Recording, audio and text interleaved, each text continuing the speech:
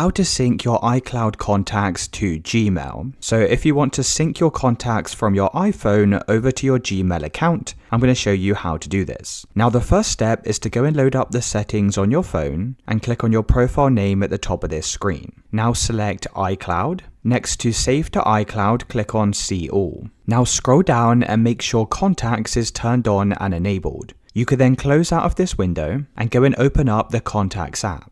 Now click on the back arrow in the top left hand side, and here you'll be able to find all of your different contact lists. Now we're going to hold down our finger on All iCloud and then press Export. Now select the different information you want to export and click on the tick icon. You can then press Save to Files and go and press Save. Now we can close out of this window, go and open an internet browser, and in the address bar type in contacts.google.com. Make sure you're signed in to your Google account and click on the plus icon in the bottom right hand side. Now select Create Multiple Contacts. Click on Import Contacts and press Select a File. You'll then need to locate the contacts that we just exported, so mine is this file here. Once you have it selected, press Import. You could then wait a few seconds while all of your contacts imports over to your Gmail account. So just like that, we have now synced our iCloud contacts over to our Gmail.